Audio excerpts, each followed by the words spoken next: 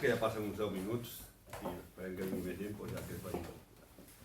Bueno, como ya sabéis, hoy vamos a presentar este libro, publicado por Chalaparta, de Jon Martínez Larrea, el autor del libro, que nos pusimos en contacto con la editorial y nos pasaron su contacto, porque ya hace un tiempo, bueno, pensábamos en la posibilidad, teníamos la idea de en el 50 aniversario de los hechos de Vitoria, del 13 de marzo del 76, organizar alguna actividad. Estábamos con eso, viendo las posibilidades de organizar la actividad, cuando vimos que se había publicado este libro que hemos leído, que está muy bien, creo que es una síntesis muy acertada de los acontecimientos.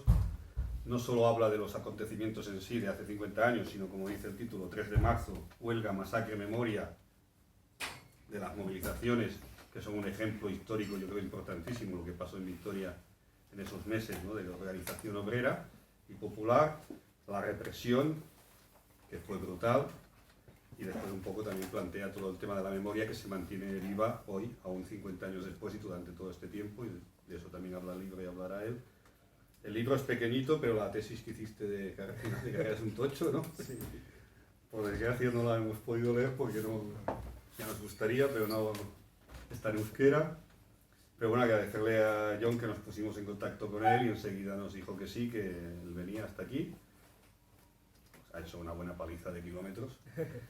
Hoy presenta el libro aquí, que es la primera presentación que hace en Cataluña. El lunes va a presentar el libro también en el local en Barcelona. Y bueno, agradecerle que haya venido y ya le paso la palabra a él y después ya podemos también hacer un poco de debate entre todos. Gracias. Bona tarda, pues, en primer lloc vull donar les gràcies al Luis, a la gent d'Anònims por aquesta invitació, ¿no? Y bueno, pues como ha explicado él, es un libro pequeñito, la intención era pues que llegara a un público un poco general, ¿no? Y se junta un poco, ¿no? Pues justo yo había acabado una tesis que es mucho más larga, ¿no? Que eso hablo del movimiento obrero y el movimiento vecinal en Álava durante la transición del 76 al 83 más o menos, pero bueno, había un capítulo bastante largo sobre el 3 de marzo, ¿no? Es un poco, influye, ¿no?, todo ese proceso posterior, ¿no?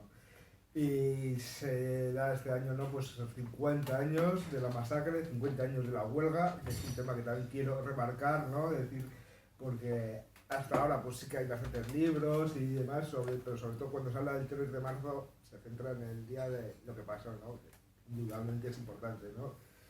Pero también he querido mirar un poco hacia atrás, ¿no?, un poco los antecedentes y sobre todo ese proceso huelguístico de dos meses, ¿no?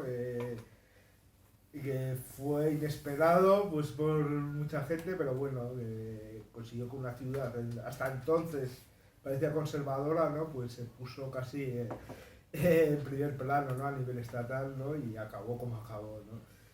Y bueno, este año son 50 años, es un aniversario redondo, pues en Gasteiz, en Vitoria, pues ha habido multitud de actos, charlas, medios de comunicación locales también han tratado bastante el tema, ¿no?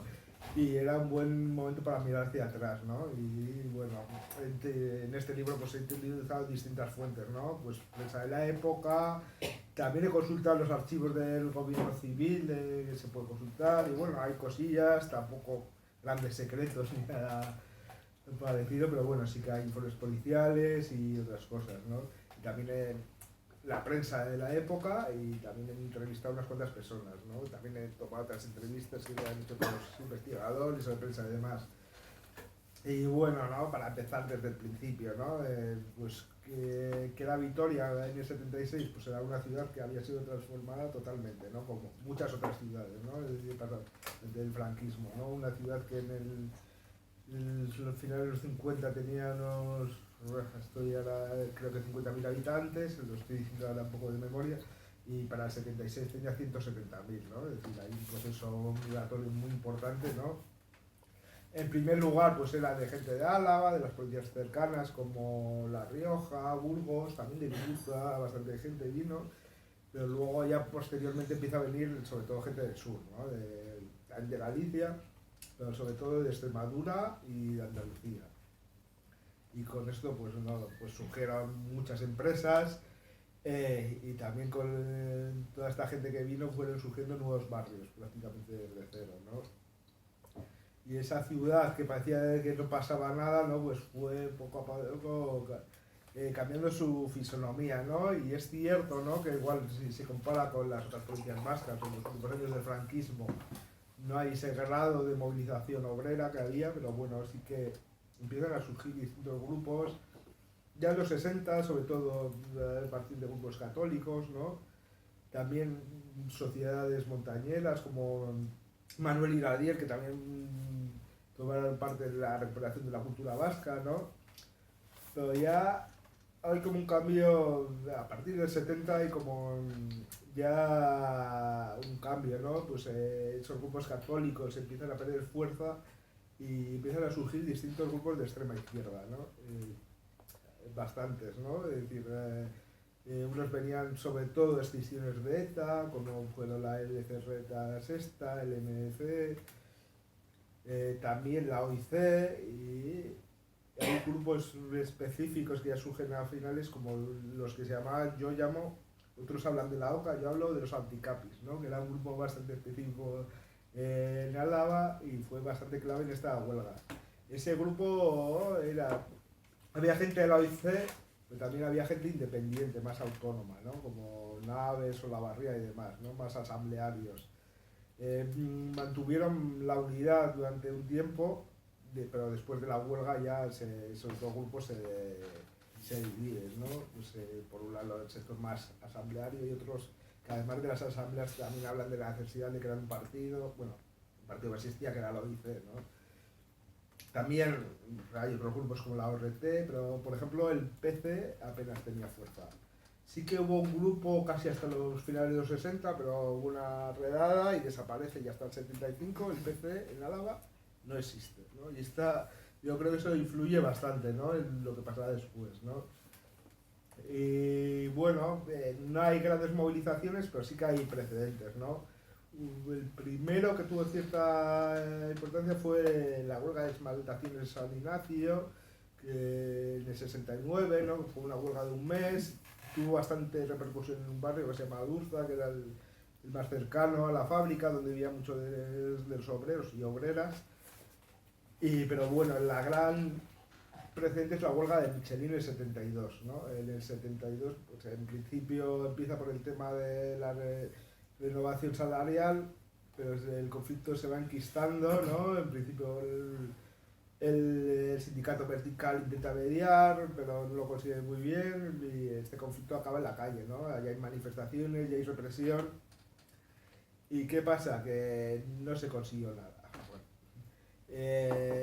Los que dirigieron la huelga fueron despedidos y apenas consiguieron ninguna mejora, ¿no? Y eso dentro de Michelin, que era la empresa más grande de la provincia, con 3.000 obreros, pues eso a partir de ahí, hasta bastante tiempo después, pues el miedo se instaló dentro de la fábrica. Pero a pesar de que ya no hay hasta el 76 una gran huelga, pues en distintas fábricas ya hay distintos movimientos, ¿no? Y empiezan a surgir pequeños grupos, algunos se definen como comisión, otros como comité obrero de la fábrica, y hay distintos conflictos, ¿no? En muchas de las fábricas que luego salieron a la huelga en el 76. En la medida de estos conflictos, ¿qué pasa? ¿No? Que el sindicato vertical intenta mediar. Y muchas veces sí que consiguen, ¿no? Pues atemperar un poco los ánimos, llegar a ciertos acuerdos y tal, pero esos conflictos se van reactivando, ¿no? Y el sindicato vertical, pues al final acaba, o sea, a ojos de muchos obreros, viendo cuál era su verdadera función, ¿no? Que era acabar con todo tipo de lucha de clases, ¿no? Es decir, intentar, si hay algún conflicto, alguna desavenencia, que sea entrar dentro de la legalidad franquista, claramente, ¿no? Y como he dicho, ¿no? Pues no había un grupo hegemónico dentro de la oposición alavesa, dentro de la izquierda tampoco, Pero ya en el 74, pues distintos grupos de fábrica y distintos grupos de izquierdas, pues todos estos que he citado, y también lo he citado, pero también es interesante que incluso el PSOE, que se activa en Álava en esa época, ¿no? Que en muchos sitios apenas existía, en Álava sí, y luego estuvo dominado, sobre todo en esos primeros años, y luego la UGT también por gente del sector militant, que era el sector trotskista, ¿no? Y en el 74 todos estos grupos se unen en lo que se llama la Coordinadora Obrera de Vitoria, que fue clave para intentar pues aunar las reivindicaciones y tener cierta coordinación, ¿no? Y esto sea clave a la hora de salir al conflicto, ¿no? Y en este contexto pues muere Franco y eso abre muchas expectativas, ¿no? Sobre todo a la gente que está en la posición antifranquista, y al mismo tiempo también se empiezan a notar los efectos de la crisis del petróleo, ¿no? Que empieza en el 73, pues a nivel estatal, pues los gobiernos franquistas en principio no toman medidas para que la cosa no vaya más, pero bueno, sobre todo en el 75, finales del 75, el ministro de Hacienda, que se llama, porque sí vivo, un tal Villarmir, que no sé si os sonará, ¿no? Por todo su desarrollo posterior, ¿no? Pues hizo un decreto de congelación salarial, ¿no? Y en este contexto, ¿no? Pues a través de la Coordinadora Obrera de Vitoria se llega a una plataforma común para intentar defender la renovación de los convenios. Esta plataforma común, pues en algunas fábricas cambia algunas cosas, ¿no? Pero tenía unas cuantas líneas comunes, ¿no? Como eran un aumento lineal, y eso es importante, de 5.000 pesetas, el derecho a realizar asambleas en las fábricas, también jubilación a los 60 años, 30 días de vacaciones, también incluso habla de temas de higiene en el trabajo y demás. Y esto se va presentando en distintas fábricas, ¿no? Y se toma una decisión desde el principio, es decir, no al vertical. La voz de los obreros se expresa a través de las asambleas, y esas asambleas eligen a sus representantes, y estos son los que tienen que negociar con la patronal. La patronal está claro que dice, esto nada, es decir, la patronal, pues hay que respetar la legalidad, porque claro, a ellos les beneficiaba esa legalidad, ¿no? Y ya hay una ruptura, ¿no? Y el primer caso es Forjas Alavesas, que es una fábrica que ya había tenido huelgas los años anteriores, y al no aceptar la fábrica, pues ni lo que pedía, ni negociar con la comisión representativa, que empieza a coger ese nombre, que se crea, pues sale a la huelga el 9 de enero. Prácticamente una semana, dos, pues casi el 10% de la clase obrera vitoriana está en huelga. Empiezan a unirse distintas fábricas, igual la más importante era Mebosa, que es la Mercedes actual, que después de Michelin pues era la segunda con más obreros de Vitoria, y en muy poco tiempo pues eso, empiezan a salir a la huelga. Y las características son comunes, ¿no? Lo que digo. Es decir, la asamblea es la portavoz de los obreros, no aceptamos el vertical como mediador, y el conflicto poco a poco se va radicalizando, ¿no? Y bueno, también voy a incidir una cosa que he citado antes, pero que creo que es importante, lo de la subida lineal, ¿no? Hasta entonces, en casi todos los convenios, por no decir en todos, las subidas que se pedían eran porcentuales, o que se aceptaban, ¿no? ¿Y cuál era el objetivo de la subida lineal? Es decir, esas diferencias que habría entre los obreros de la misma fábrica, para intentar por lo menos que aminorarlas, ¿no? Porque las subidas porcentuales lo que hacían era decir, si todos conseguían más, pero al final los que cobraban más iban a cobrar mucho más, y por eso se pide la subida lineal, ¿no? Y siempre hay un poco dentro de la historiografía un debate, ¿no? De si las huelgas son políticas, son económicas, ¿no?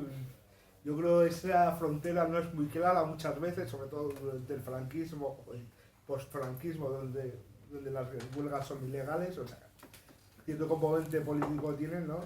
Y en el caso de Vitoria, yo creo que estos están claros desde el principio, ¿no? Tanto el rechazo al sindicato como la subida lineal, ¿no? A pesar de que esa pequeña vanguardia que iba surgiendo, ¿no?, en las distintas fábricas, de gente más politizada, pues ya tenía esa idea de una huelga clara, ¿no? Pues la mayoría de la clase obrera vitoriana no tenía una experiencia política previa, ¿no? Y la subida económica pues fue un acicate, ¿no?, para que mucha gente saliera a la calle, ¿no?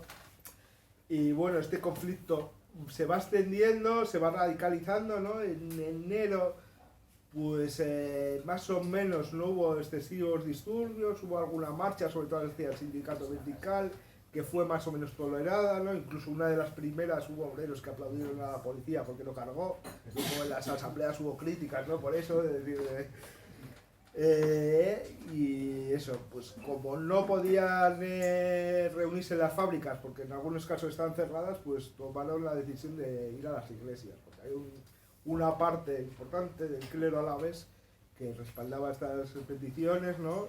Y las iglesias, cada fábrica que estaba en huelga tenía su iglesia, ¿no? Y además de las iglesias, además de estas asambleas de fábrica, ya a partir de finales de enero se empiezan a celebrar asambleas comunes donde se unían todos los obreros en huelgas, ¿no? Y esas asambleas en las fábricas, ¿no?, elegían sus representantes y estos se reunían en lo que se llamó las comisiones representativas, que fue, en mi opinión, la dirección política de la huelga, ¿no? Es decir, coordinó las distintas fábricas, las distintas reivindicaciones y fue clave, ¿no?, para que hubiese esa dirección política. Hay que decir que dentro de las comisiones representativas había gente muy diversa, es decir, de distintos grupos políticos, la izquierda radical, gente independiente, ¿no? Pero a pesar de las diferencias que tuvieron, y luego hay diferencias a posteriores, ¿no?, a la hora de interpretar la huelga, ¿no?, durante esos 2 meses hubo una unidad, más o menos.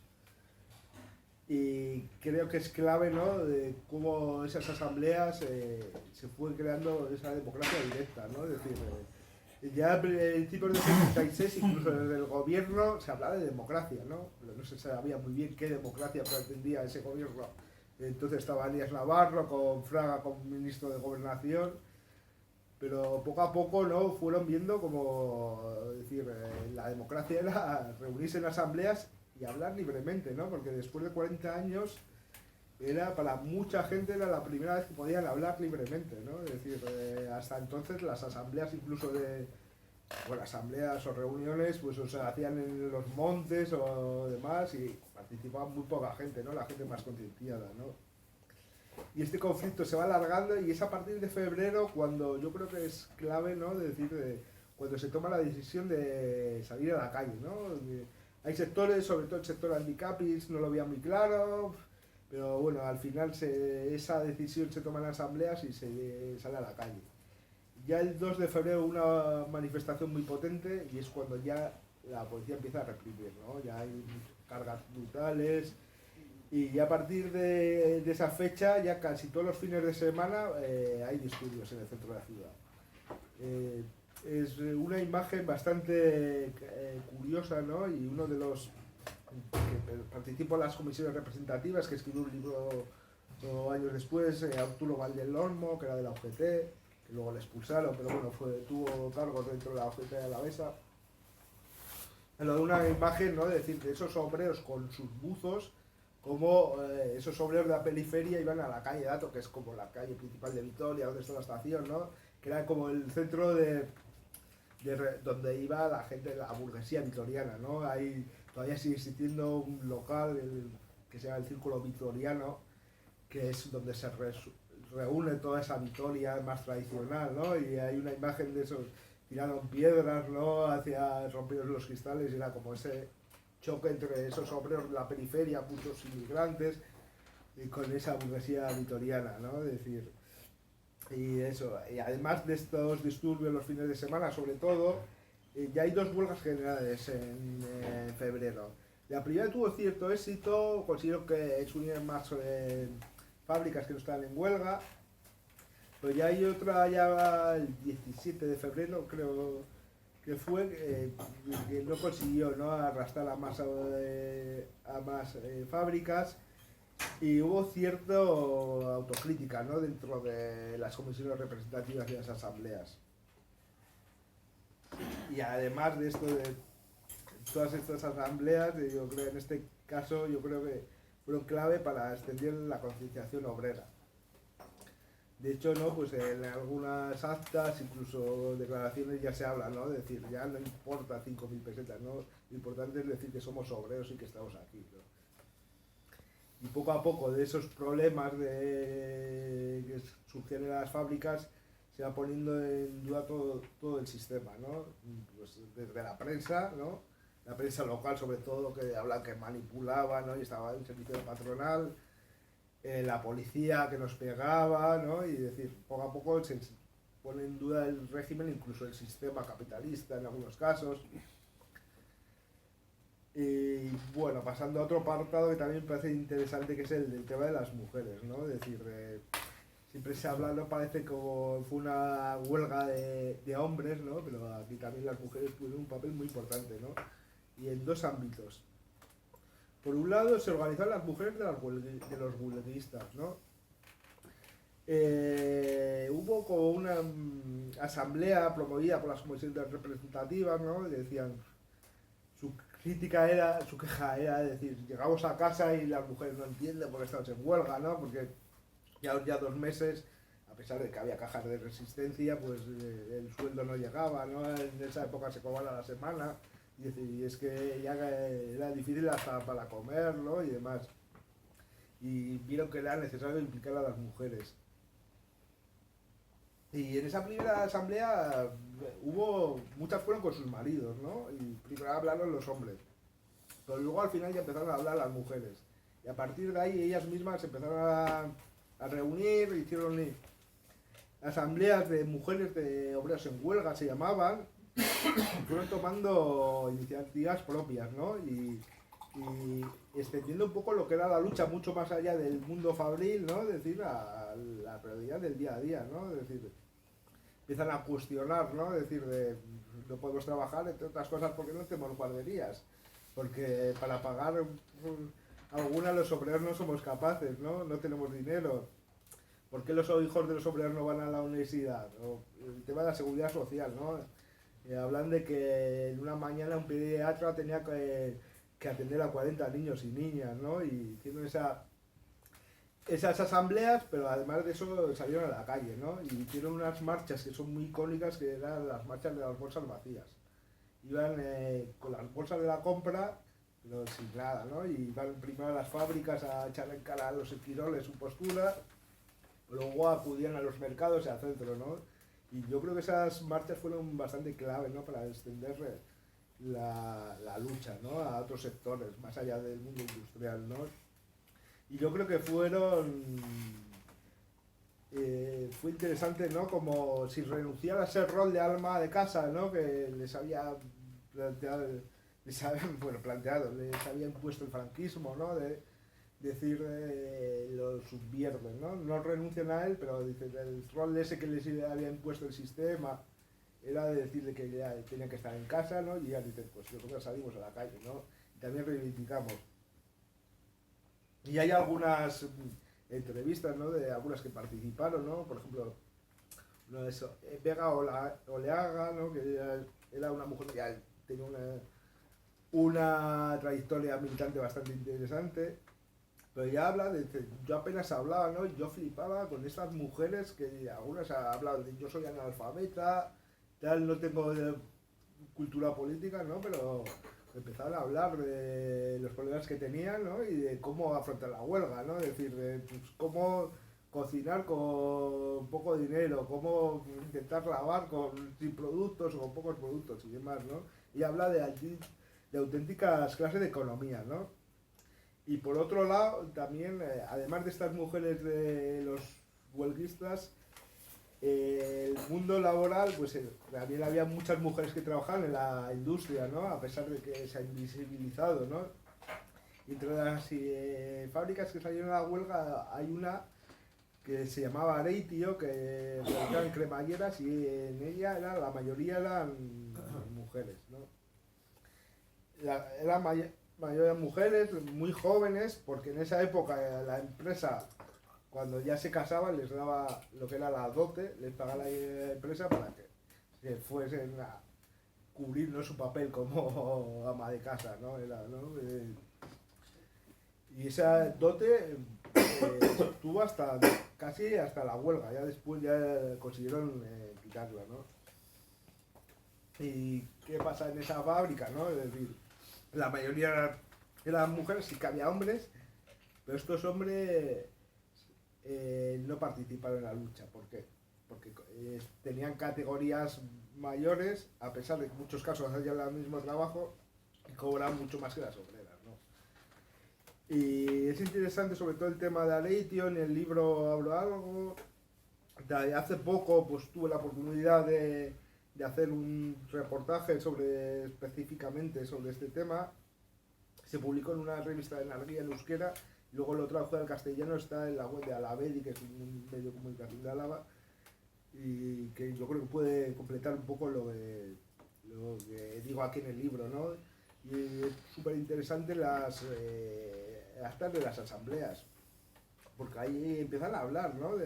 Ahí se refleja la realidad, ¿no? Es decir, decir, además de ser obreras, como mujeres estamos explotadas, ¿no? Tenemos esa doble explotación, ¿no? Cómo van, sin tener una conciencia política previa, ¿no?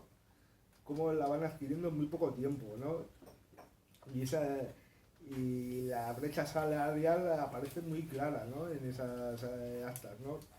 Y también son muy claras porque también hablan de las dudas ante este conflicto que se va extendiendo, ¿no? Porque fueron casi 2 meses.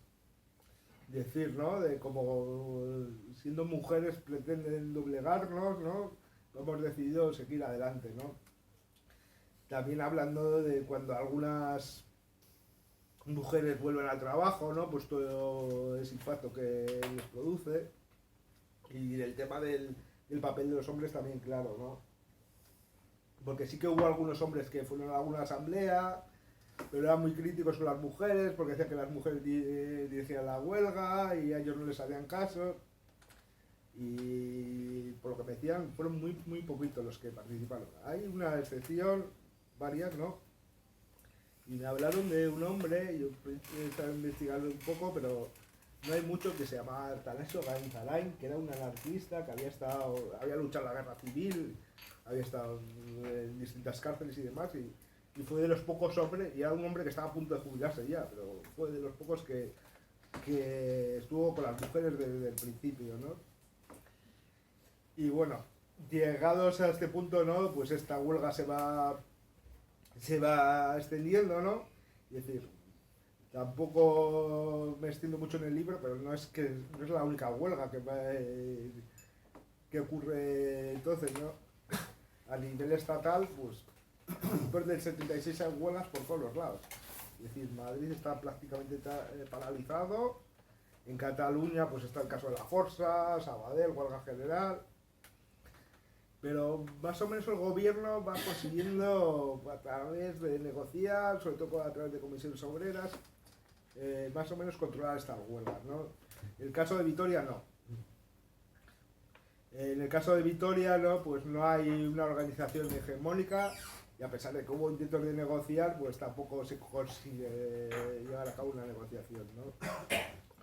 Y después del fracaso de la última huelga general, pues se hicieron asambleas en distintos barrios el 1 y el 2 de marzo, ¿no? En estas asambleas, pues además del tema de las fábricas, también empiezan a surgir otros temas, ¿no? Como sobre todo en los barrios, ¿no? De los problemas que hay en los distintos barrios, ¿no? Uno, bueno, donde ocurrió la masacre de Zaramaga, ¿no? Pues hablaban de que justo estaba al lado de la fábrica de forjas alavesas, ¿no? Todos los humos de la fábrica iban al barrio directamente. Es decir, y muchos de los que trabajaban vivían en el barrio. Y otros tenían otros problemas, ¿no? Y estos consiguieron atraer a mucha gente que no estaba involucrada directamente en el conflicto, ¿no? Y aquí llegamos al 3 de marzo, ¿no? El 3 de marzo se convoca una huelga general, Desde la mañana se habla de que es un éxito, tanto en el mundo pues dentro de las fábricas como a nivel de la ciudad, tanto los comercios, bares y demás se cierran, en muchos casos por los piquetes que hacen las mujeres. Pero ya pasan dos cosas esa mañana que a mí me parece que son importantes reseñarlas, ¿no? Es decir, hasta entonces, a pesar de todo lo que había ocurrido en las calles, las asambleas se habían respetado, la policía no había intervenido. Esa misma mañana ya ya desaloja dos asambleas de fábricas. Hay posteriormente hay piquetes, hay una manifestación bastante importante en lo que se llamaba entonces la Avenida del Generalísimo, ¿no? Y ya hay tiros. Hay varios heridos de bala de la mañana. Pero también la policía, incluso en informes posteriores, habla de la respuesta. Es decir, a pesar de todo lo que lanza la policía, se tiene que echar para atrás más de una vez. La mañana ya hay bastante tensión.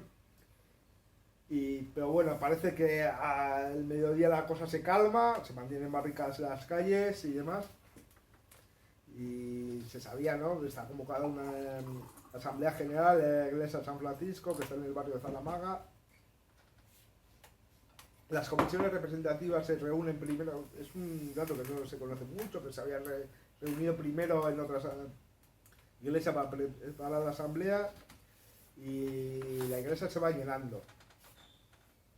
En ese momento es cuando la policía, que ya tiene refuerzos, que vienen las compañías de reserva de Miranda, de Valladolid, rodea la iglesia y el panorama es una iglesia prácticamente llena, un cordón policial y fuera del cordón mucha gente que estaba intentando llegar a la asamblea. ¿Qué pasa? ¿Quién da la orden de desalojar la iglesia? Uno de los grandes misterios que todavía no se ha querido aclarar, ¿no? ¿Quién da la orden? Parece clara que es el gobernador civil. Toma autónomamente o habla con alguien del gobierno, alguien le da una indicación, pues yo creo que seguramente algo de eso hubo. Pues eso, entró algún policía a la iglesia diciendo que desalojase, los que estaban allí dijeron que aquí no hay ningún problema, no desalojamos, y poco después, cuando parece que llega esa orden, es cuando pues empiezan a tirar botes de humo por los cristales y todo el mundo pues intenta salir y son recibidos a tiros, ¿no? Es decir, yo creo que las grabaciones de la policía son bastante claras, ¿no? De lo que pasó, ¿no? Es decir, ellos mismos hablan de que esto es una masacre, ¿no? De hecho, no todo acaba ahí, ¿no? Ya ahí en ese momento hay 3 muertos, bueno, uno creo que murió el día siguiente y otros 2 heridos graves que murieron después, además de casi un centenar de personas heridas de balas, además de contusiones y demás. Y luego posteriormente hubo una manifestación, es decir, por las calles de la ciudad hablando ha habido muertos, y por eso hay imágenes de Vitoria del día posterior, ¿no? Con farolas derribadas, barricadas y demás, pues por todo lo que pasa después, ¿no? Es decir, después de esa masacre, ¿no? La gente se siguió en la calle. A partir de ahí ya sobre todo al día siguiente la ciudad está prácticamente tomada por la policía. Hay alguna escaramuza, o sea, por ejemplo, Andoni Chasco, que es el portavoz de la asociación de 3 de marzo, él sí, no estuvo aquí. Sí, pues él no le dieron el día 3, le dieron el día 4.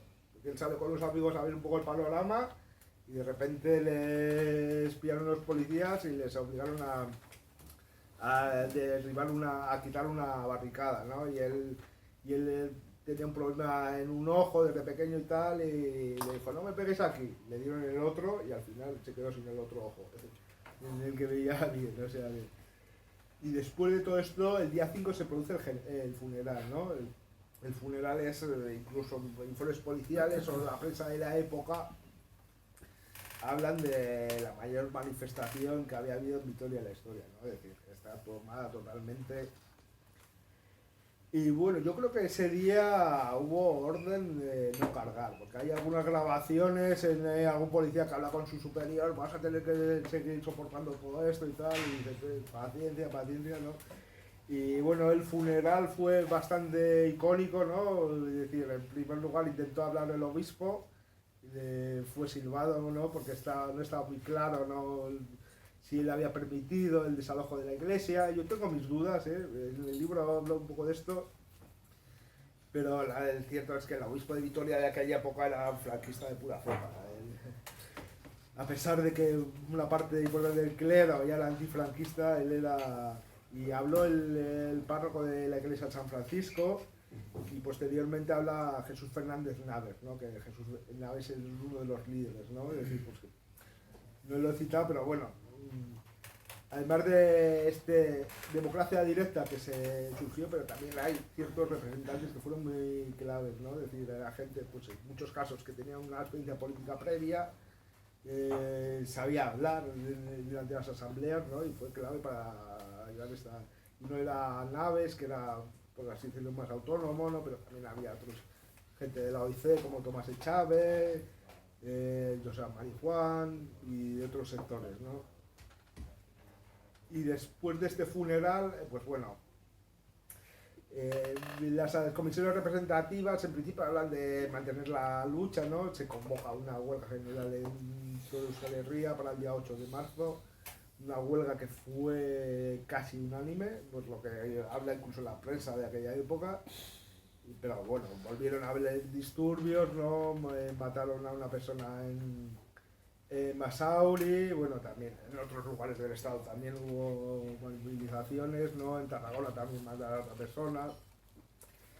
Y en esta situación, ¿no? Pues bueno, las comisiones representativas, la mayoría de la gente, pues hay algunos detenidos, otros pasan a la clandestinidad, ¿no? Porque ya estaban buscados, ¿no? Pues esa noche del 3 de marzo la policía va a las casas de todos, ¿no? Casi nadie está en casa, porque sabía lo que iba a pasar, ¿no?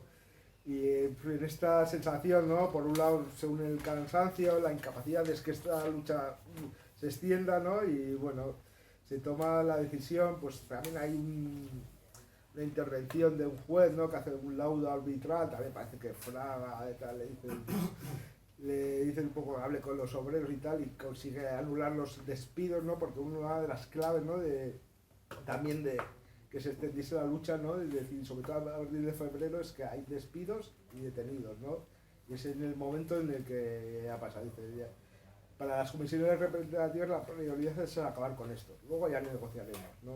Y una vez acabado con los despidos, ¿no? Pues se consiguió la mayoría de lo que se pedía en la mayoría de las empresas, no en todas, en algunas un poco menos, pero se consiguió y se toma la decisión de volver al trabajo, ¿no? Pues ya era imposible continuar con la huelga porque la represión era tremenda y se vuelve al trabajo, ¿no? A pesar de la represión, a pesar de los muertos, ¿no?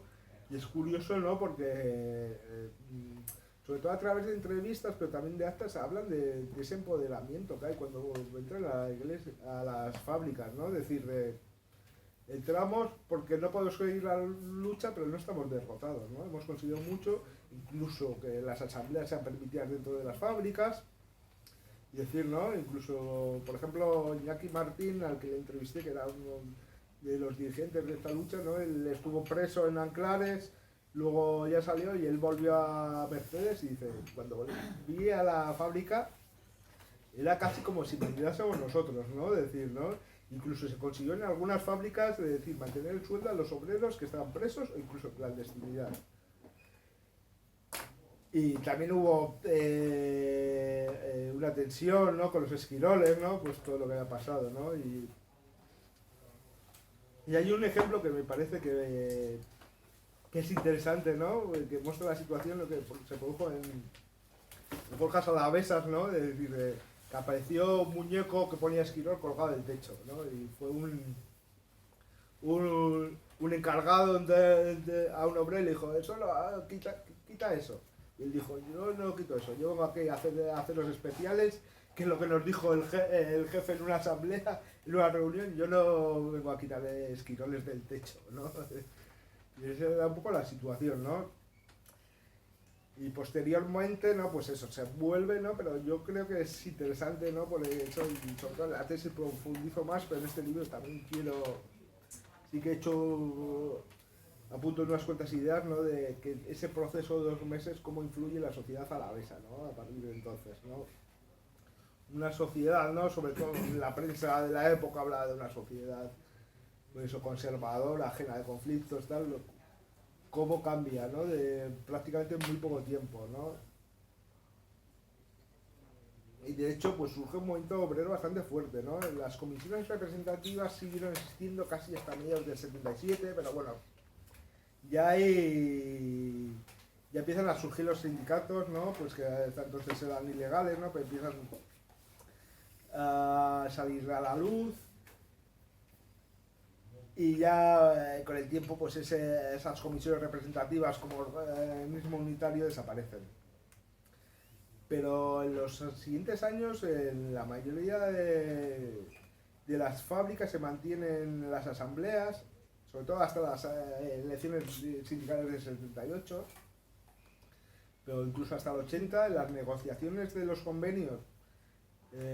Un ejemplo es el del metal, porque tenía casi la mitad de la casa de la Victoriana, la del metal, ¿no? Pues en esas negociaciones, ¿no? Primero se hacía a través de representantes elegidos a las asambleas, luego ya cuando se hacen las elecciones sindicales son a través de los representantes elegidos, pero todas las decisiones se tenía que respaldar en las asambleas. Y esto fue hasta el 80, hasta 1980. Además de esto, pues también pues, los dos sindicatos que entonces eran mayoritarios en Álava, pues tenían un fuerte componente de izquierda radical. La UGT, que fue el primer sindicato esos años, que se estructuró en distintos sectores y tuvo mucha presencia, hasta el 83 está dominada por el sector militar, que era un sector trotskista, muy crítico en todo el tema de los pactos de la Moncloa, en distintos acuerdos a nivel estatal. Y, por ejemplo, el secretario general Arturo Valdelolmo, que hablaba antes, ¿no? Pero también, ¿qué pasó, no? Pues llegó un momento que se cansó la dirección de UGT con el apoyo de ese sector del PSOE, y en el 83 prácticamente desfedera a la UGT de Álava. Tuvo que empezar de nuevo la UGT en Álava. Incluso también en comisiones, pues bueno, hay distintos sectores, ¿no? Un sector más cercano al PC, que empieza a aparecer en esos años. Pues en el sector del metal, la hegemonía casi hasta el 80-81 la tuvo el sector controlado por el movimiento comunista. En este caso también, bueno, perdieron el control de esto de la rama del metal y posteriormente también fueron expulsados, ¿no? Esta gente, pues sobre todo luego fundaron lo que se llamó la QUIS, que bueno, o sea, con otros sectores fundaron SK, que es un sindicato que todavía existe, ¿no? Y también, además del mundo obrero, ¿no? Pues también hay mucha movilización en otros sectores, ¿no? El movimiento vecinal, que apenas existía en Álava, más concretamente en Vitoria en aquellos años, pues en 2 años surgen asociaciones en todos los barrios. El movimiento feminista también aparece a finales del 76-77 a través de la Asamblea de Mujeres de Álava. Muchas eran mujeres que habían participado en las asambleas de mujeres. Y yo creo que es importante, ¿no? Decir que esa reivindicación asamblearia, no sé, con el tiempo se ha ido manteniendo, no es algo exclusivo de Álava. Y muchos otros sitios, ¿no? Pero en los movimientos sociales que han surgido en Álava, pues tanto pues, radios libres, gasteches y demás, ¿no? Pues eso está muy muy marcado, ¿no? Ya no solo como modo de funcionar, ¿no? Incluso como signo identitario, ¿no? Y llegando, ¿no? 50 años después, ¿qué ha pasado, no? Yo, pues eso, acabo el libro un poco hablando de la memoria del 3 de marzo. Pongo memoria y pongo pues una S, hay memorias, ¿no? Porque la memoria es algo que no tiene que reflejar lo que pasó en eso, ¿no? Sino que es algo que se va construyendo con el tiempo, ¿no? Y yo lo que creo, y este año se ha visto bastante claro, ¿no? Es decir, y que es una memoria cada vez más hegemónica en la ciudad, ¿no? Ya no, ya incluso las instituciones, este año incluso ha habido homenajes del Alavés, del Baskonia, ¿no? A las víctimas del 3 de marzo, algo que hace años parecería imposible, ¿no? Pero además a la vez de ser hegemónica es conflictiva. ¿Por qué? ¿No? Porque hay distintas interpretaciones, ¿no? Yo creo sobre todo a través de las instituciones, los medios mayoritarios, ¿no? Pues se centran un poco en lo que fue la masacre, ¿no?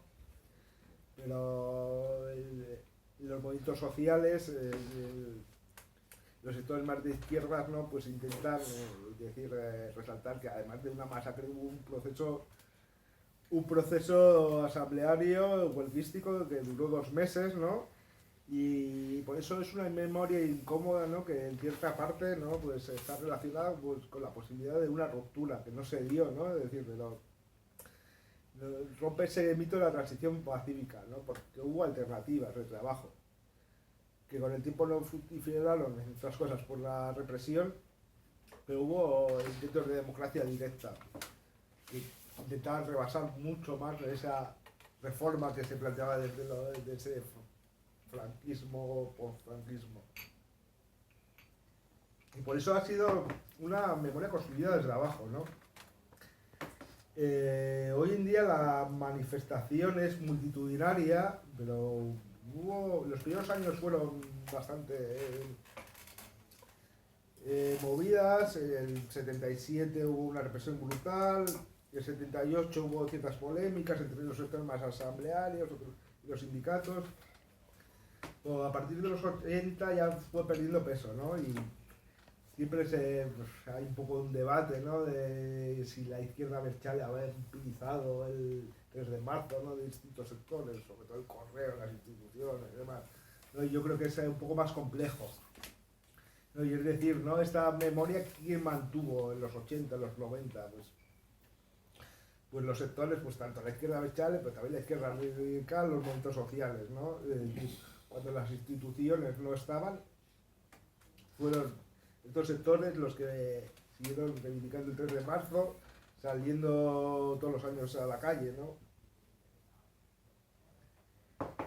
Y fue clave en la constitución de la Asociación 3 de marzo, a partir del año 2000, cuando y es clave para que con el tiempo las propias instituciones tengan que tomar cierto papel, ¿no? Es decir, hasta entonces prácticamente había una día del 3 de marzo, ¿no? Y es curioso porque hay muchas representaciones artísticas sobre el 3 de marzo, canciones, ¿no? Pues conocéis Campanadas Amor de Luis Llach, representaciones artísticas, también documentales y películas.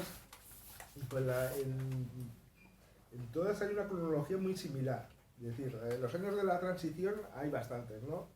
Pero desde los 80 hasta el 2000 y pico, 2005, 2006, hay prácticamente un silencio, ¿no?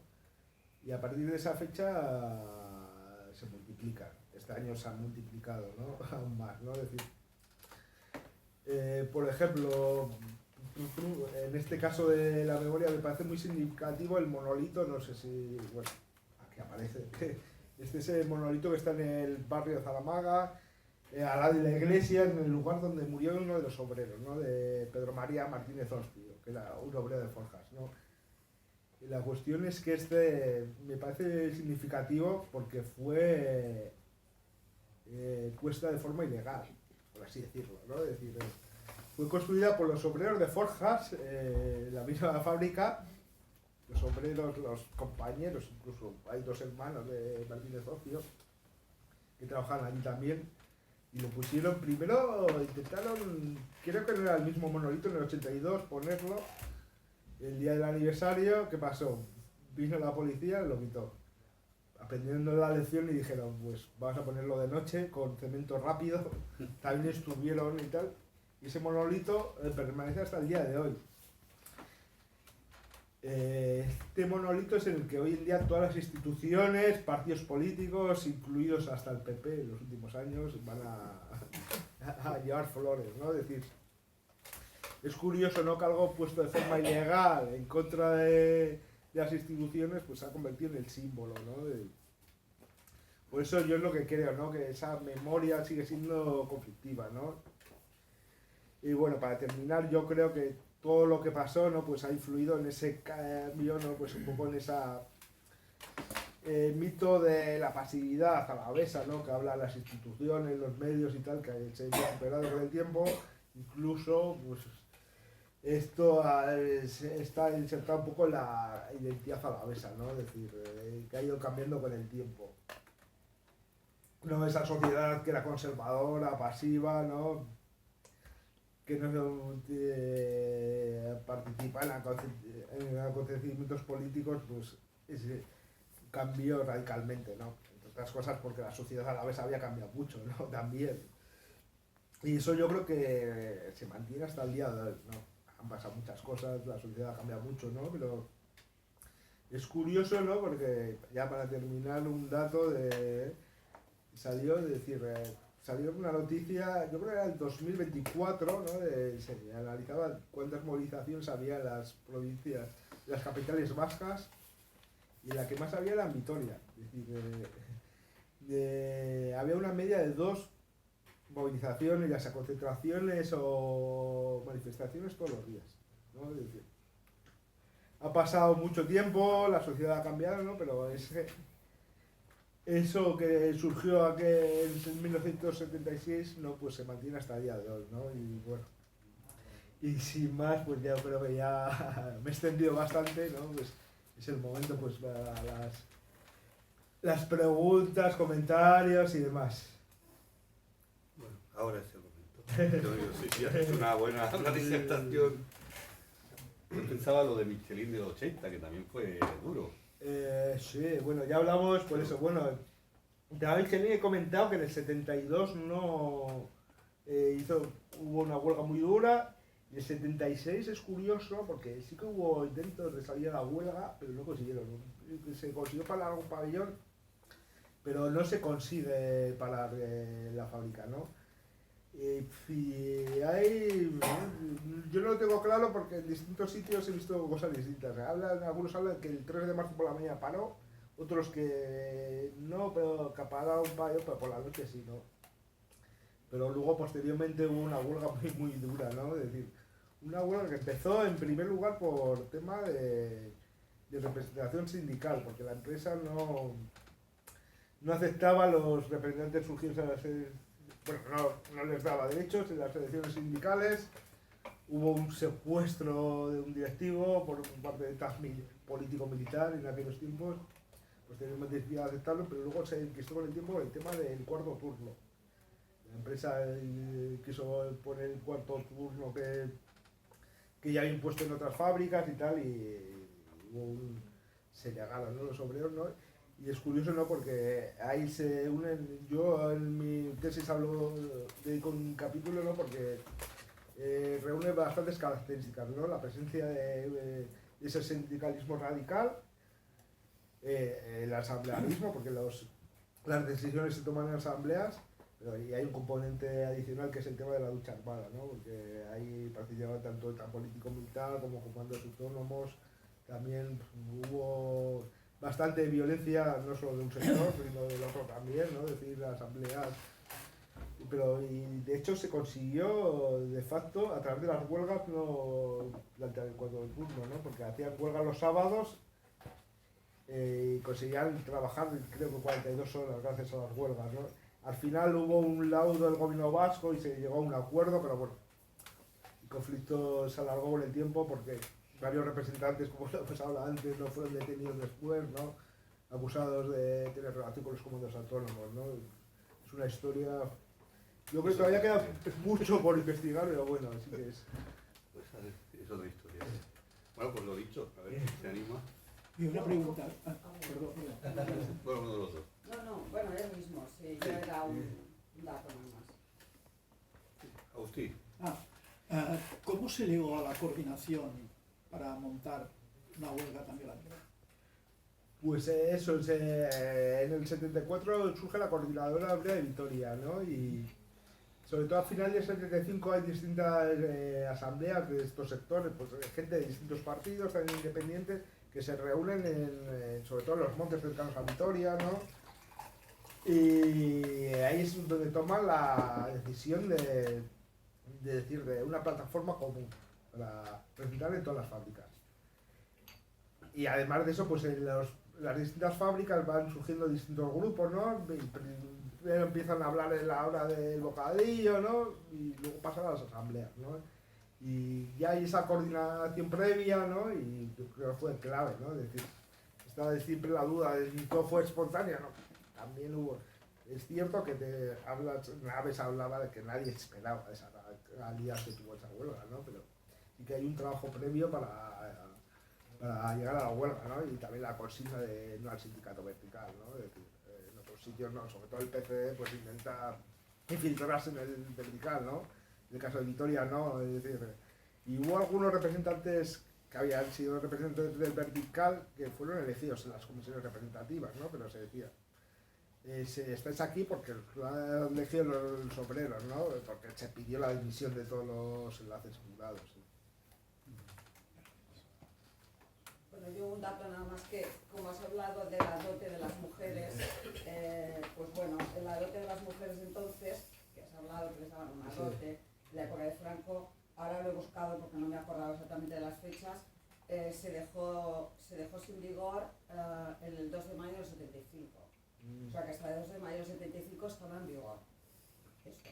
Entonces se hacía, o sea, se les ofrecía a las mujeres casadas, uno que estaban trabajando, pues una dote, una indemnización que estaba fijada, pero a cambio tenían que dejar claro el trabajo y bueno, pues las volvían a recluir a casa porque eso es lo que le interesaba en la época del franquismo, recluir a la mujer en casa porque bueno, cuando la guerra sí que participaban, pero después ya cuando están, ya que ya ha pasado la guerra y todo esto, interesa que vuelvan a estar en casa tranquilitas y sin trabajar.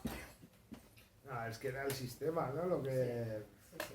decir, ¿no? Otra vez yo, por ejemplo, estuve hablando con estas mujeres de Arito y hablan de decir, no todas, pero muchas pasaban por los cursos estos de ¿cómo se llamaba? De la Organización Franquista de Mujeres, sí, la sección femenina, Sí. es decir, sus labores y demás, ¿no? Y era como decir, Pues ¿no? empezó en el 1942, en los años 40, 50 y 60, pues estaban hasta el 75, imagínate, no hace tanto. Sí. ¿Os parece? ¿No? Y otra cosa es que entrar a trabajar muy jóvenes, es decir, entrar con 14, 15 años, entre otras cosas porque era necesario. Es decir, ¿no?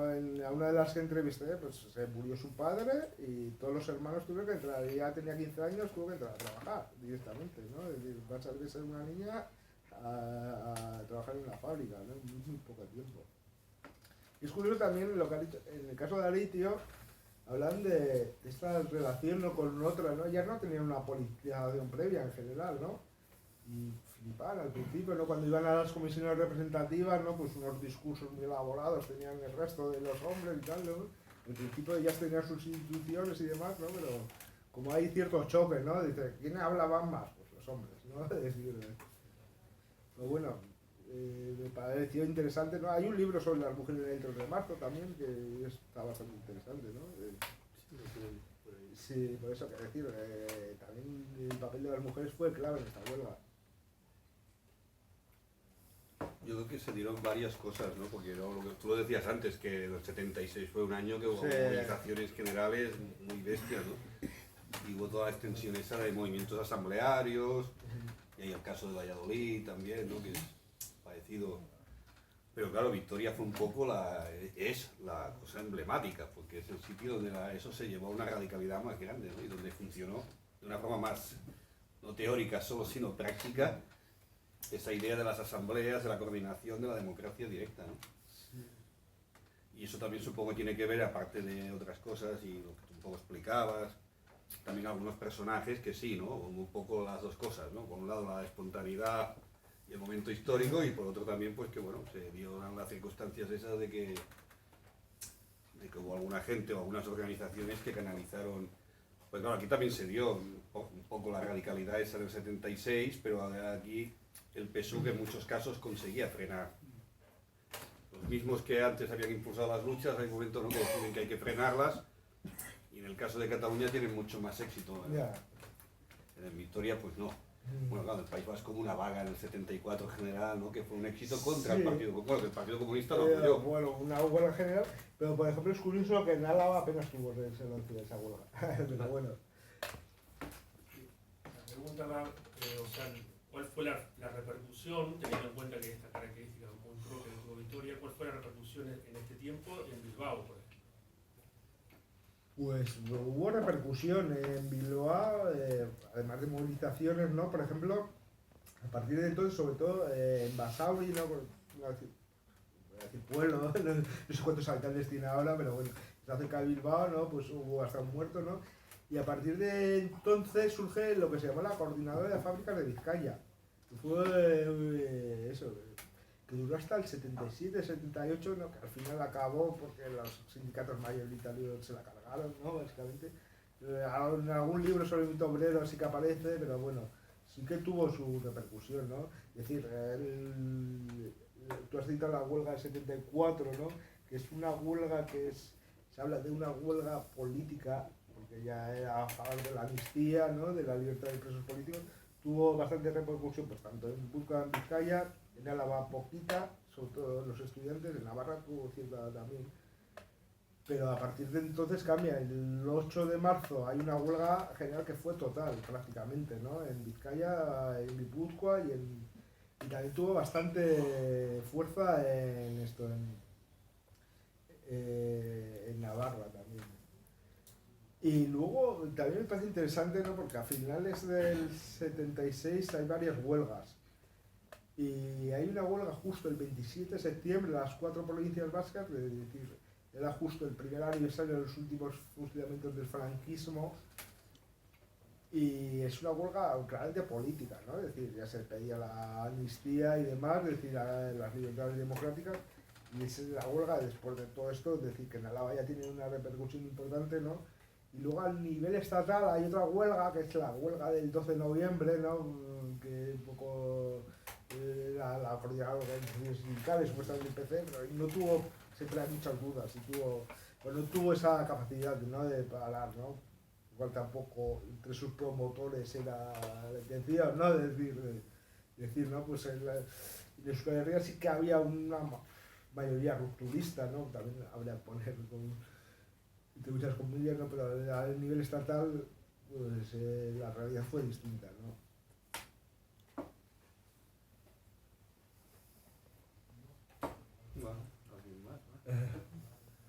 Y la otra pregunta que te quería hacer también era en relación a las organizaciones. Algunas ya las has nombrado, pero ¿cuáles eran las organizaciones, digamos, dentro de un contexto de prohibición?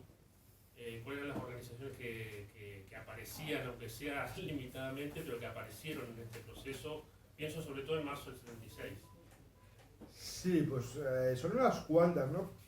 Pero de hecho en esos años se tomó, bueno, en esos años no, en esos meses, se tomó la decisión de que las organizaciones no hiciesen panfletos ni tal, hubo alguna excepción, ¿no? Pero yo cito una que, yo hablo de los Anticapis, ¿no? Que era una coordinadora de grupos de fábricas, ¿no? Pues tampoco era un grupo cerrado, ¿no? Pues que firmaba con distintos nombres, coordinadoras obreras anticapitalistas y demás, ¿no? Y es el sector más autónomo, ¿no? Pero bueno, ahí se unen esa gente de la OIC, que luego también habla de la necesidad de un partido, además de la coordinación de las asambleas, y otro sector mucho más autónomo, ¿no? Que rechazaba cualquier tipo de partido o sindicato, ¿no? Y luego estaba LCR, Tasesta, que fue luego la LKI, por así decirlo, trotskista, que también tuvo bastante importancia. El PC pues, se reconstruye en Álava en el 75 y tuvo algún representante, que uno era Paco Lecuona, que era de Alazábal. Él habla posteriormente que desde el partido también tuvo presiones, ¿no?, para llegar a la negociación. La ORT también existía en Álava, también la ORT llegó a pedir la negociación también a mediados de febrero. Y también el movimiento comunista tenía alguna... Y luego había mucha gente independiente también, ¿eh? Eso que decir, al final había muchos grupos, pero te dices que la posición alavesa era muy pequeñita, ¿eh? O sea la cuestión es que consiguieron arrastrar a esa masa obrera, ¿no? A la mayoría de la masa obrera, que en muchos casos no tenía una politización previa, ¿no? Yo creo que en todo caso, aparte de la importancia esa de la comisión esa representativa, donde podía haber gente que fuera de esas organizaciones, pero en todo caso no estaba ahí como representante de esa organización, No, sino eso que es el estaba tema. como representante de la asamblea de la fábrica. Y eso era algo que tenía que tener muy claro, ¿no? Sí. Aunque luego después, bueno, ya sabemos que cada uno también su organización. Sí, no, pero bueno, por lo menos sí que hubo. Y sobre todo luego la prensa de los partidos, pues hay distintas interpretaciones, ¿no? Pero durante esos 2 meses sí que esa idea se mantuvo, ¿no? Y luego la gran anomalía esa del PSOE, que tú explicabas, ¿no? De tener un PSOE que está totalmente en una línea, en otra Sí, línea, ¿no? bueno, luego se va... Hasta que los echan. Sí, no, pero bueno, el PSOE, la cuestión es que el PSOE lo toman... Bueno, el PSOE existió casi desde el 36 hasta el 76 en Álava. Hay una figura que es muy desconocida que se llama Antonio Amat, que fue el que mandó en el PSOE durante el franquismo en el interior, porque la dirección estaba afuera, ¿no? Y que era un personaje bastante peculiar, muy radical, pero bueno, en los 70 ya estaba muy cansado, ¿no? Y lo toman en el PSOE, pues gente muy joven y tal dentro del PSOE, ¿no? Sobre todo a partir, ellos hablan de que se militan a este sector en el 76 después, porque fueron luego, después de las huelgas, fueron a Gran Bretaña y entraron en contacto con las juventudes laboristas que estaban, tenía mucha fuerza este sector trotskista. Y bueno, del PSOE les echaron prontico y fueron... sí, fue tomando pues la gente más o menos partidaria de la reforma, ¿no? Pero en la UGT fueron hegemónicos, es decir, ganaban los congresos con el 80% de los votos, ¿no? Y a pesar de que desde el PSOE se intentó meter a su gente, ¿no? Para intentar controlar, fue imposible, hasta que al final pues les tuvieron que echar, porque no tenían otra. Y es una anomalía porque dices, a nivel estatal el PSOE apenas existía. Sí, 2 preguntas. La primera es si había en Vitoria o en Álava había industrialización y urbanización sindical y obrera de un recorrido más largo o la industrialización es muy de la segunda mitad del siglo XX. Primera pregunta. Y la segunda es de todo este magma rupturista, ¿no? Que nos estás mostrando en Vitoria. Ya nos has dicho que los 2 sindicatos en clave española son los que después serán mayoritarios en las elecciones sindicales, las primeras elecciones sindicales del 77 o 78, no recuerdo ahora el año. De todo este magma, ¿qué pesca o qué relación tendrá con el sindicalismo Abertzale, con el ASPV y con LAB? Sí, pues la primera es que el caso de Vitoria, la industrialización es sobre todo a partir de los años 50, 60. ¿No?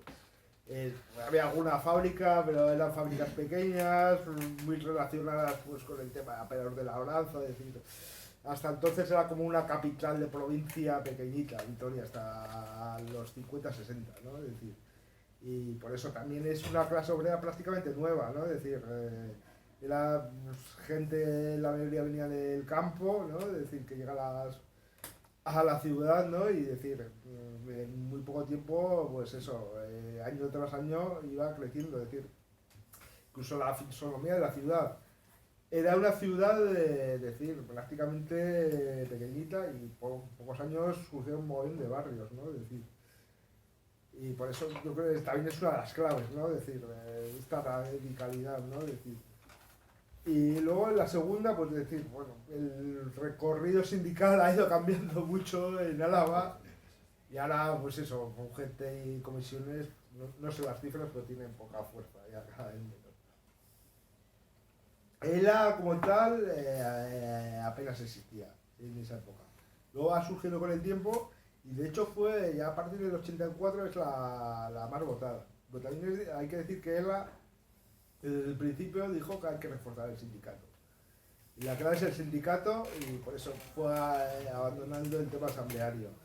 Y la sí que existía, pero era muy poca fuerza, ¿no? Y fue tomando fuerza con el tiempo, ¿no? Pero poco a poco ha ido cambiando, ¿no? Y otro clave que también igual es pequeñito, por ejemplo SK, ¿no? Que es mucha gente que viene de ese sector de comisiones que fue expulsado en aquella época, tiene cierta fuerza, incluso tenía fuerza en fábricas grandes, ¿no? Como Forjas, Michelin o Mercedes también. Y decir, ¿no? Poco a poco ha ido cambiando, ¿no? Y luego las trayectorias personales, también otro clave, ¿no? De la izquierda abertzale se ha apropiado del 3 de marzo, ¿no? Es uno de los que ha salido este año hablando la alcaldesa de Vitoria, el diputado general, el correo, no sé qué. Un poco para exculpar el papel de las instituciones durante muchos años, ¿no? Yo creo que es bastante más complejo, ¿no? Es decir, había gente que en esa época igual no estaba en la izquierda abertzale, pero con el tiempo ha ido evolucionando, ¿no? Pero también ha habido gente que se ha metido en la izquierda radical, ¿no? Pues eso. Ha ido cambiando bastante, ¿no? Lo que es el sindicalismo en Álava.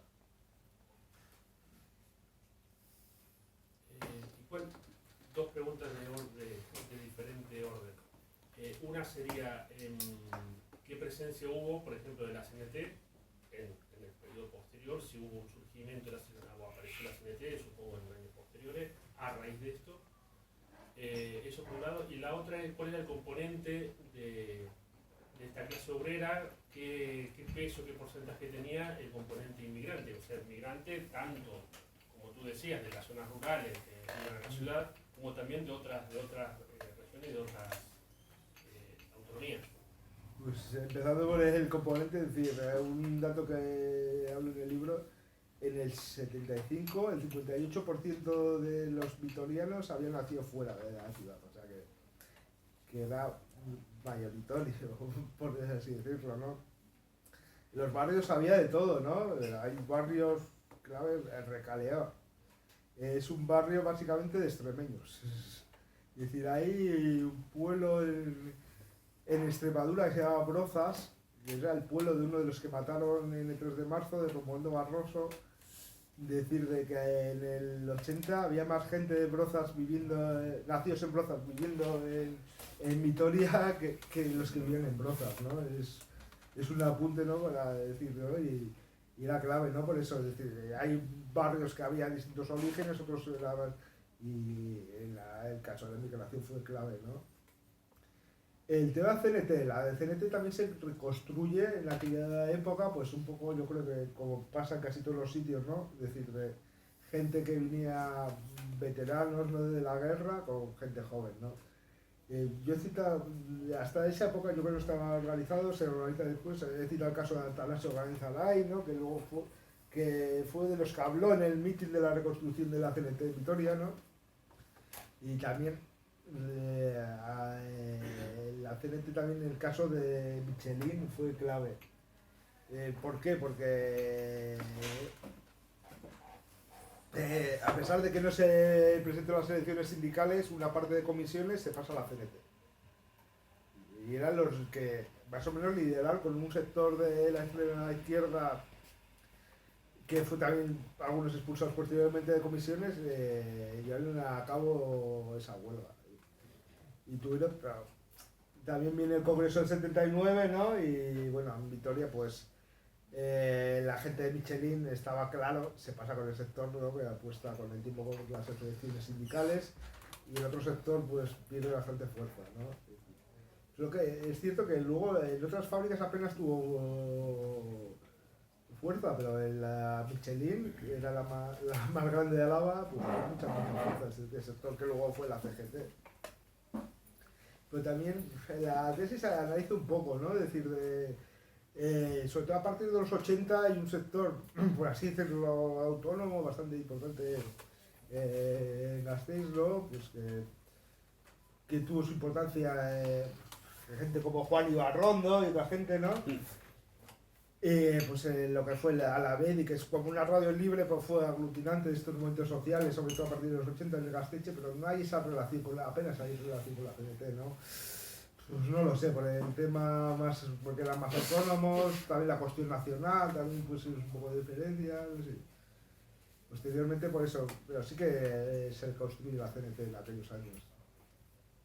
Yo creo que claro, es como un poco es parecido aquí que parecido y diferente, porque aquí hay mucha gente que viene de plataformas de comisiones obreras, que serían el sector autónomo este.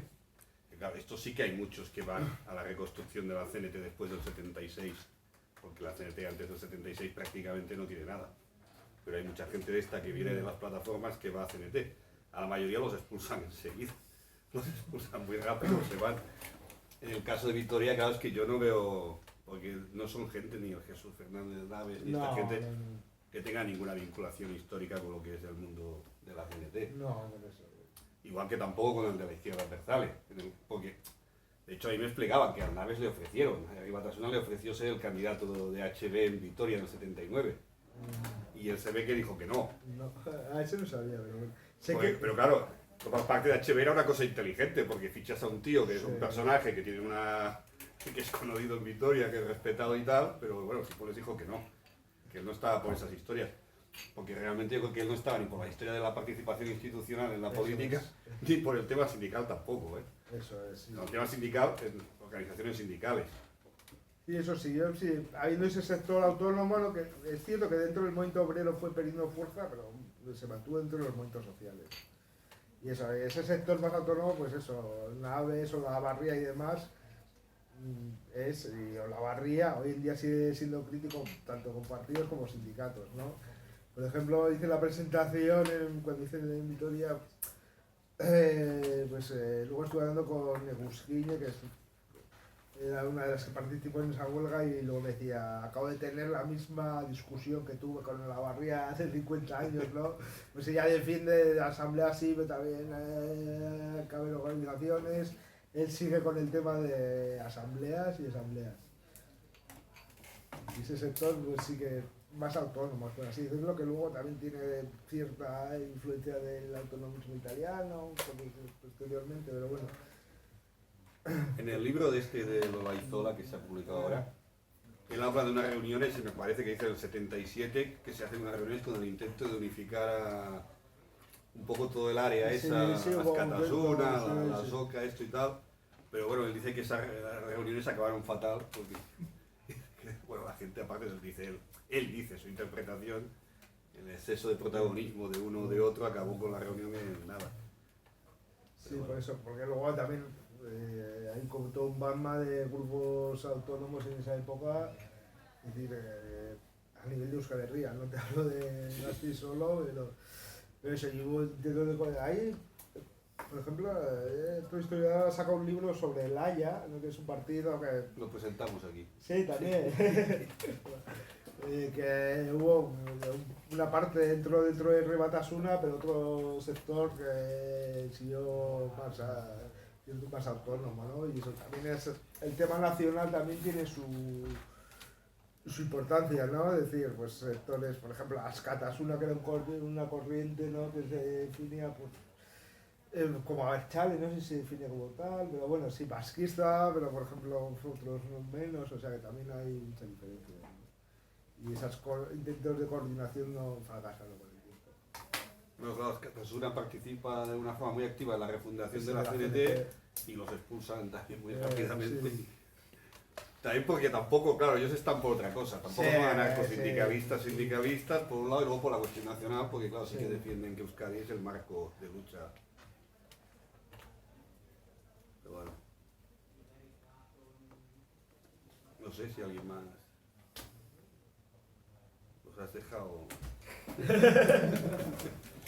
Yo una última reflexión, no sé si me extralimito un poco, ¿no?, de lo que es el motivo de esta charla, pero visto desde fuera de Euskal Herria, del País Vasco, sorprende mucho la vida del sindicalismo hoy en día, ¿no? Y no sé, yo siempre me pregunto cómo un sindicato como el ASTV, ¿no?, que es el hegemónico hoy en día, y bueno, un sindicato que ha tenido siempre unos lazos históricos muy estrechos con el PNV, como hoy en día pues está llevando unas posiciones netamente clasistas o netamente obreristas, que bueno, que podrían pasar la mano a, no sé, ¿no? A algún sindicato del Estado, casi nivel CGT o algo así, ¿no? Entonces, me gustaría saber tu opinión de cómo esto, ¿no? Como un sindicato hegemónico, con muchísima afiliación, cómo mantiene, claro, yo recuerdo, por ejemplo, la huelga en Mercedes, ¿no? Hace unos años, tuvieron 1 año y medio en huelga indefinida, pagando con caja de resistencia y tal. Un poco eso, ¿no? ¿Cómo ha sido capaz, o cómo es capaz de mantener una trayectoria en términos de clase muy potente, ¿no? El tema de ELA sí que es curioso, ¿no? Porque venía fundado por gente del PNV y tal. Pero bueno, ya en la transición ya hay como, no te voy a decir ruptura con el PNV, pero es cierto distanciamiento, ¿no?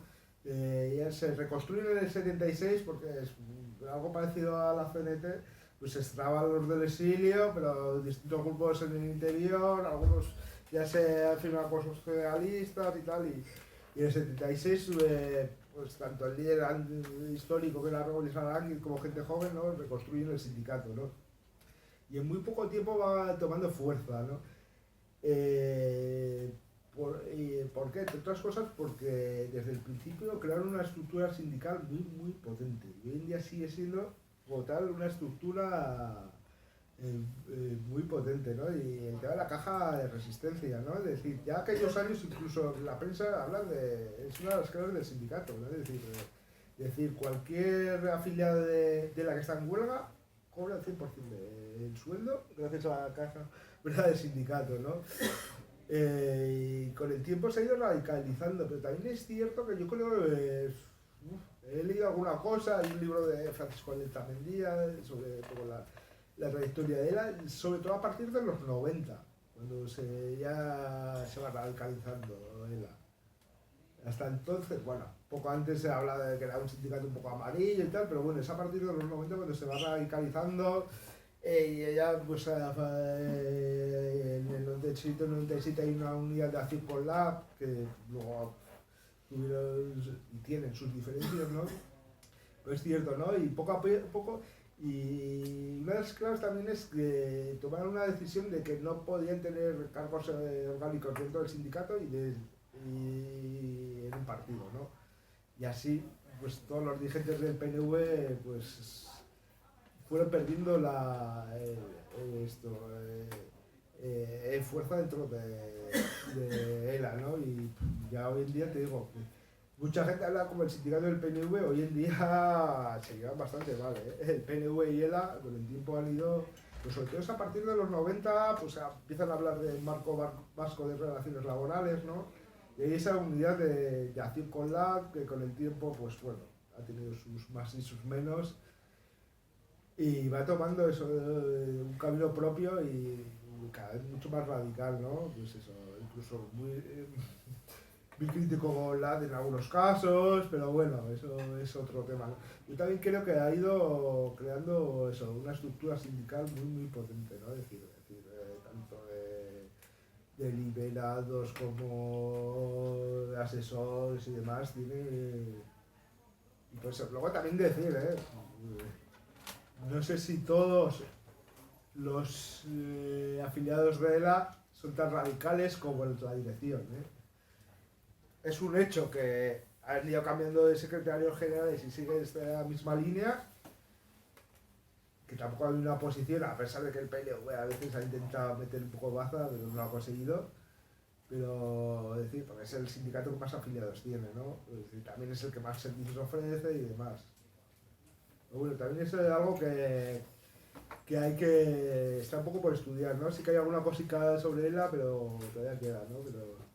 Y la caja de resistencia tan potente que tiene, que es más la tradición socialdemócrata del sindicalismo centroeuropeo o más esta base de la lucha obrera vasca más asamblearia, más coordinada.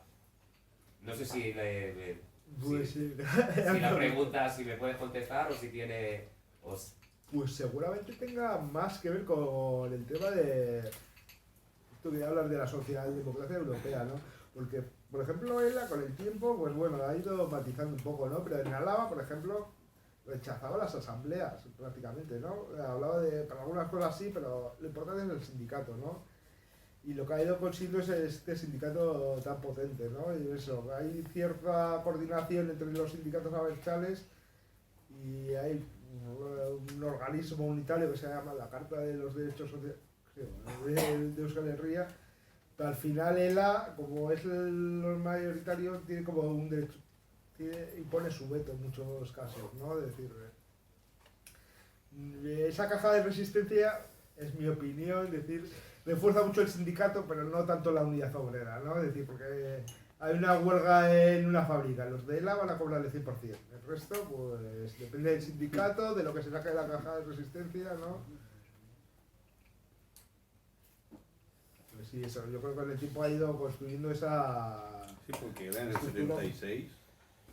Vale. En Álava apenas existía, en Guipúzcoa, en Vizcaya algo tenía, pero muy poquito, muy poquito. Y lo poquito que tenía respecto al movimiento de la vaga de 2 meses, no. Igual a Está en nivel contra. particular, no, en contra, ni en contra ni a favor, No estaba. apenas estaba, ¿no? Yo creo que había alguna persona que igual tenía alguna relación con ella, pero apenas estaba. Y por ejemplo, en el tema del 3 de marzo, ya desde los 80 no participan los aniversarios hasta el 2000, 2000 y pico, que ya se volvió y sí que participa. Y entonces participa, ¿no? También es fruto del cambio que ha habido dentro de ella. Bueno, ¿alguien más se anima? ¿Alguna otra intervención? Uno de los que no. Pues si no sé si te parece o Sí. no deseas más, lo dejamos de aquí. Tenéis aquí el libro, ¿eh?